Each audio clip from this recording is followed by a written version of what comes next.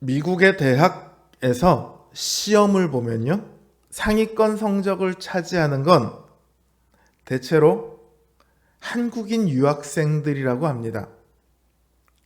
한 수업에서 어떻게 한국인 학생들은 그렇게 시험 점수를 잘 받는가, 이거를 두고 이야기를 하다가 한 한국인을 불러다가 네 생각은 어떠냐 묻습니다. 이 한국인이 이렇게 말을 해요. 한국인들은 대학을 가기 위해서 수능 시험을 봅니다. 미국의 대학 입학 시험인 SAT 시험이랑 비슷한데요. 큰 차이가 있습니다. 미국의 SAT 시험은 여러 번을 봐서 그 중에 좋은 점수를 가지고 선택해서 그걸로 대학을 지원하면 돼요. 수능은 어떻죠? 딱 한 번이죠.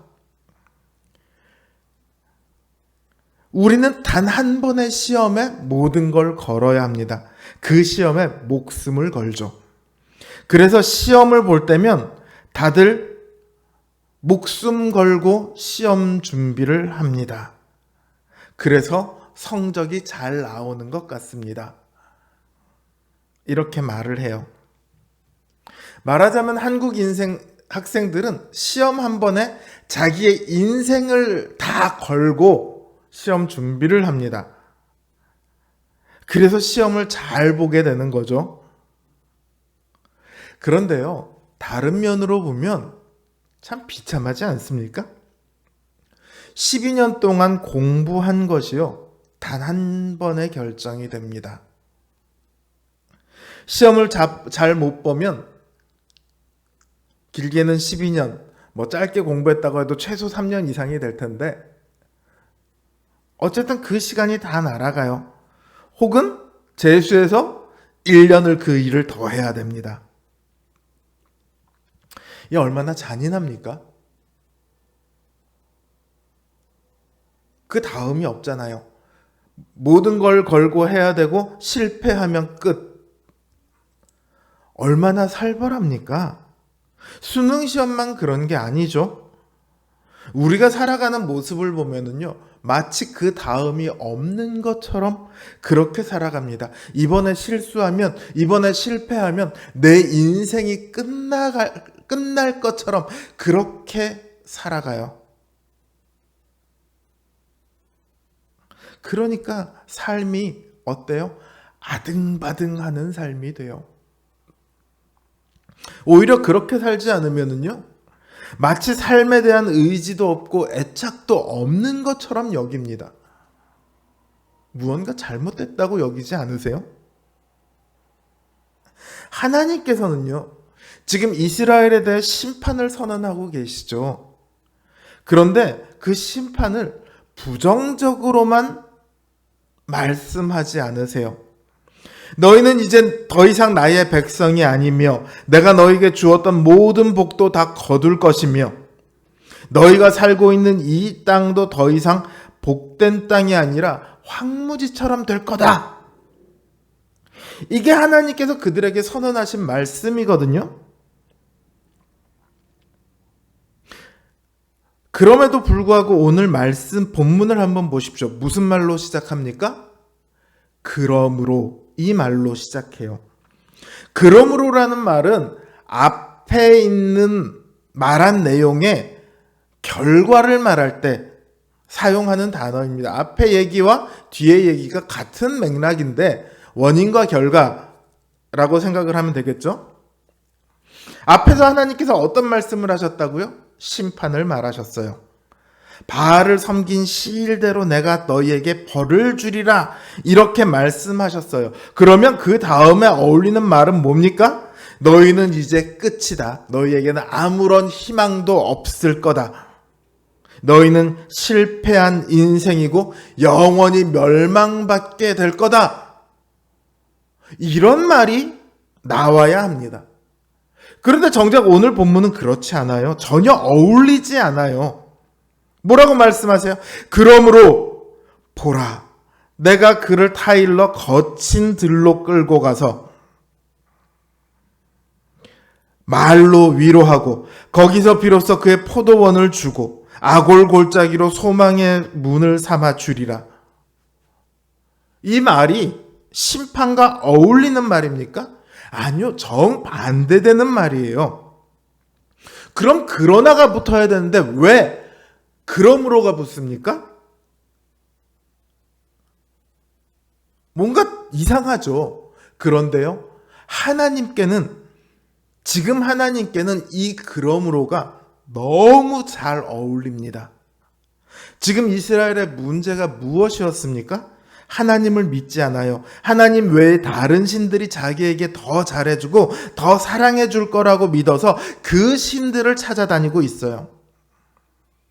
그래서 하나님께서 그들을 심판하시고 그들에게 주어졌던 복들이 무엇인지, 그들을 용서하셨던 하나님의 긍휼이 어떤 것인지를 그들로 알도록 하실 거예요. 하나님이 어떤 분이신지를 너희가 좀 알라는 거죠. 그러니까 하나님께서 그들을 심판하시는 것은요, 너희는 끝났어 하고 마지막 종지부를 찍으시는 것이 아니라 그들을 다시 받아들이시기 위해, 그들이 돌아오도록 하시기 위해 징계를 하고 계시는 거예요.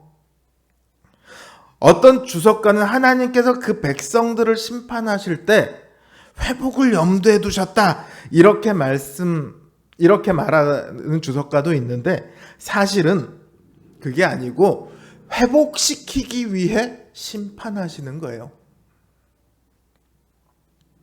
하나님의 목적은 심판에 있는 게 아니라 어디에 있다? 회복에 있다. 그 다음에 있는 회복에 있어요. 그게 하나님의 목적이에요.